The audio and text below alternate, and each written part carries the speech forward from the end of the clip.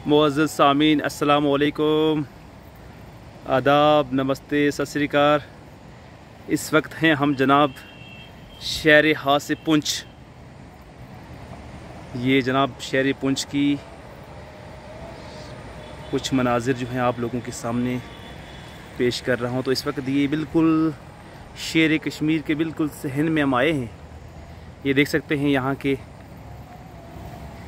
कुदरती चश्मे अपनी मौज मस्ती में बह रहे हैं। ये एसके ब्रिज रहा नीचे। तो ये मेरे प्यारे दोस्तों इसके बारे में ज़्यादा है कि एसके ब्रिज शेर कश्मीर ब्रिज से पहले जो है ये ब्रिज हुआ करता था, जिसका एक ये पिलर यहाँ पे है, एक वो सामने। तो ये जो सामने जो आप देख रहे हैं ये शहर पुंछ, ये शेर कश्मीर ब्रिज। तो आज हमारे साथ हैं हमारे शहर हासे पुंछ के यहाँ के एक जानी मानी हस्ती मोहतरम इमरान मीर साहब जो हैं, मीर फैमिली से ताल्लुक़ रखते हैं। तो इनके साथ आज हमारा यहाँ आना हुआ। तो इनसे हम जानने की कोशिश करेंगे कि ये जो ब्रिज है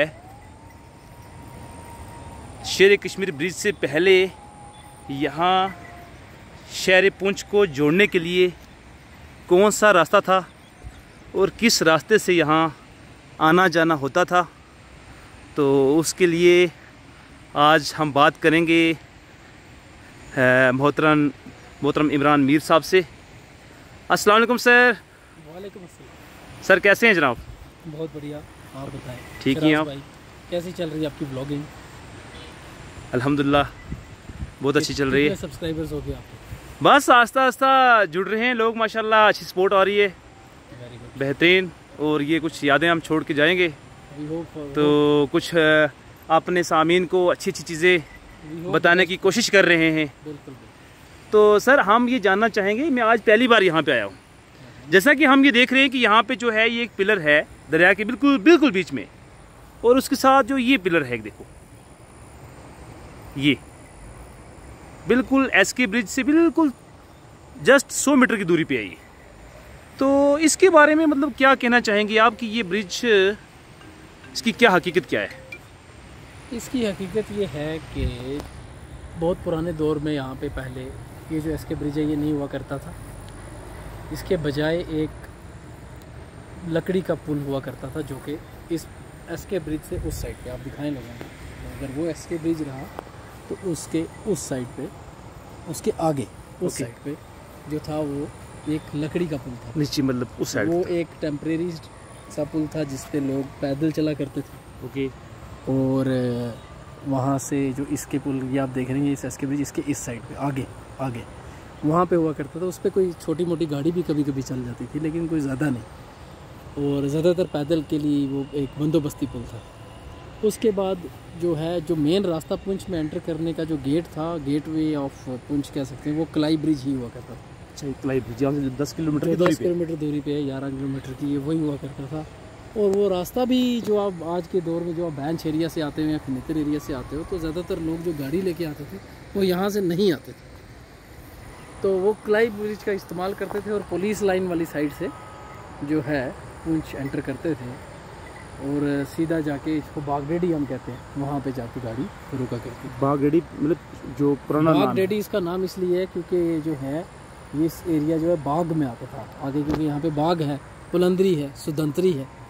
ये जो एरिया है ये जो हमारा अभी पाकिस्तान और कुवैत कश्मीर में चला गया है। जो आप ये नाम ले रहे हैं इनका ये लोकेशन थोड़ी शेयर करें। ये लोकेशन जो है ये आप ये एरिया देख रहे हैं, जो सामने वाले पहाड़ देख रहे हैं, इसके साथ ही जो पुलंदरी एरिया है, जो तो ये बाग तहसील होती थी, इस तभी इसको कहते थे बागडेडी। बाग की डेडी का मतलब हो गया entrance, doorway to tehsil Bagh.